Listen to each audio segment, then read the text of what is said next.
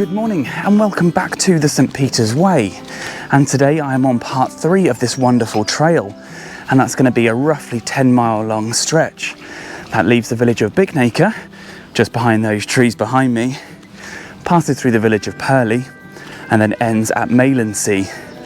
And as the name would suggest, by the end of this day I'm going to be very close to the coast.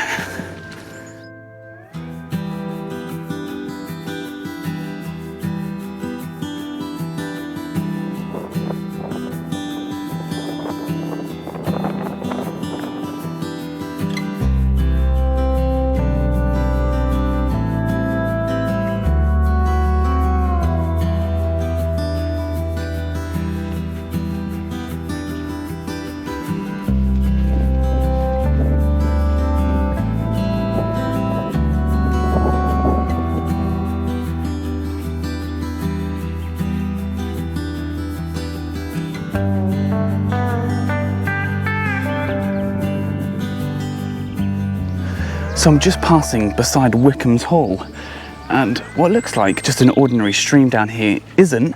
It's actually an ancient moat. Now this site here is actually unoccupied. You can see a big platform, there's no buildings on there or anything. But what it does mean is that probably back in the medieval times there would have been a big hall here, likely Wickham's Hall, simply because the farm has been named after the hall that's been demolished probably long ago. And oh, I've just come across another very large section of the moat. This is actually the southeast corner, and you can see it's still rather wet. Now these tended to be built actually as a status symbol, just kind of announcing how much money you've got, rather than a defensive purpose like they would around a castle. But really nice to see.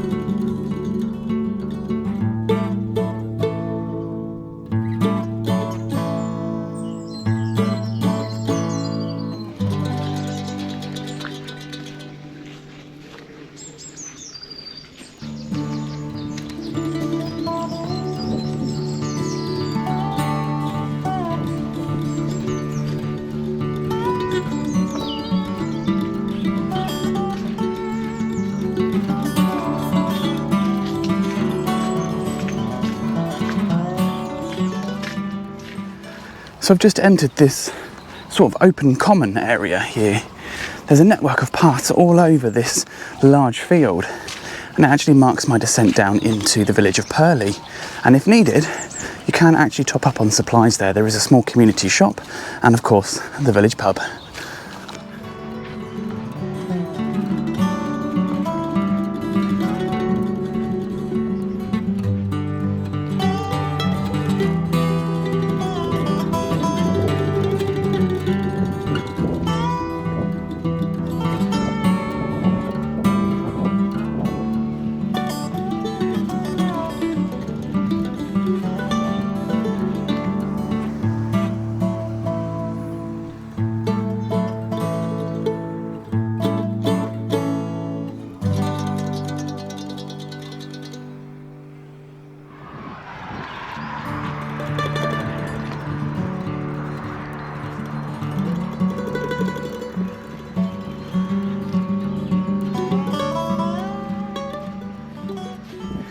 So heading through Pearly means that you have to pass through this large vineyard, and it actually heads uphill to a rather good viewpoint.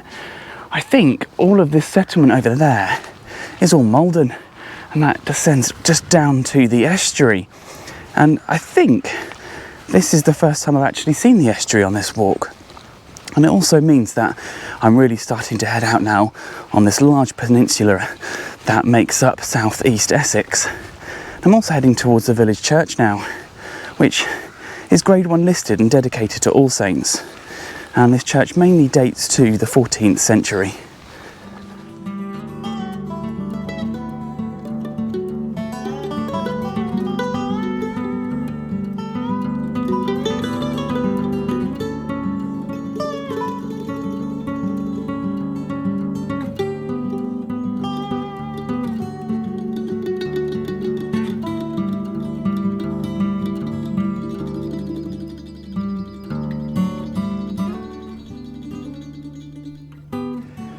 Now it's very easy just to leave Pearly and keep marching along the trail, glimpsing up at this lovely view on my left, but it's actually quite important to look around you because there is an earthwork here, right at the end of this long ridge, with the church at one side and this, the site of Pearly Castle, at the other.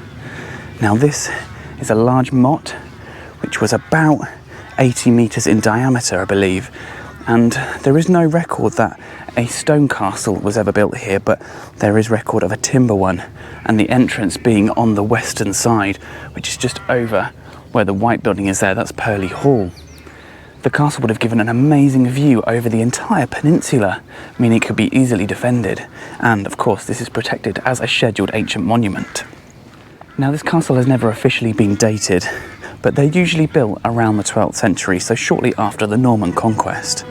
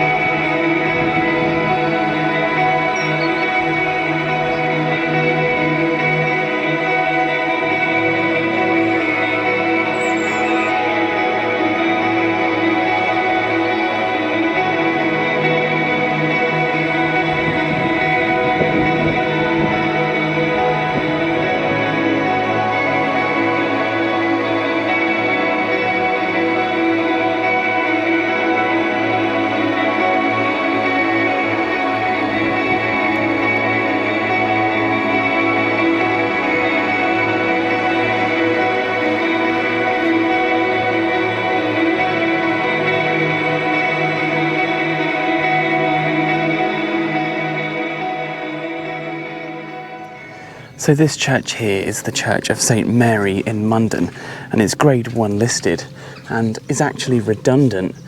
Now sadly that means it's not in use anymore, but it is in the care of a charity which looks after redundant churches, so it preserves them for future generations. What's quite amazing about this site is that it's also moated as well, although the church is not, I don't think, directly inside the moat. If I turn you around this way, there is a large platform here, and there is a moat that runs along the tree line all the way around this field. And just across the way is Mundon Hall, and it's actually quite a modern building. But this implies that there was once an enormous medieval manor house here called Mundon Hall, I would assume. And the likelihood is that the owners of that would have built this church to guarantee their entry into heaven, but also to allow the local villagers to use that. So I'm just at the other end of the medieval moat now, and it is still filled with water all along this side here. So this is all original. Now that marks the very eastern edge, and it would have gone along the tree line over there, up towards the church, and then over towards Mundon Hall, which is the white building on that side.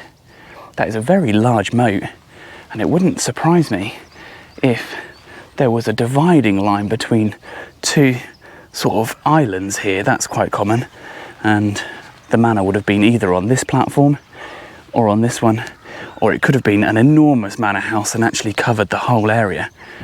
Now sadly I can't find any information on it online, so that is all speculation. Just as you leave the area of the moat, you come across these enormous dead oaks, and there's about a dozen in this field. And from watching a previous video, I think these are linked to some kind of witchcraft tale, but I couldn't tell you any more information on that.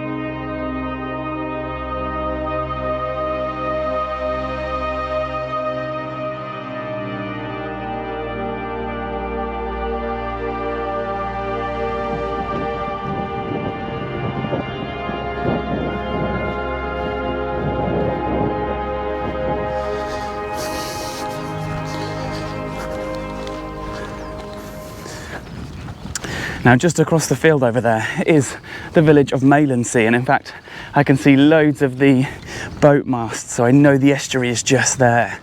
Now this footpath is just taking me around the edge of the field to actually join the estuary path, so it's going to be really nice, and I'll be keeping my eye out for wildlife along the mudflats.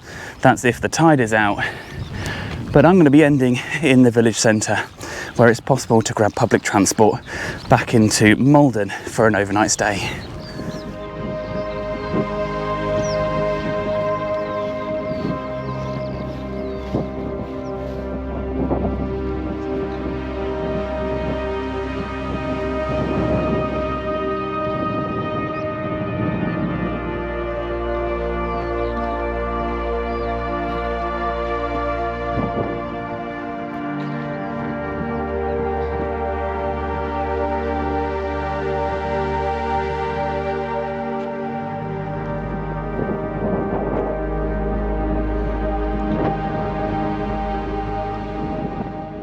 So I'm almost at the village of Maylandsea, and I'm now up on the seawall, and thankfully the tide is out, although there's not many birds here. I've just spotted some red shank over here, and I can hear some red shank, and there was a grey heron that flew just over the top a moment ago.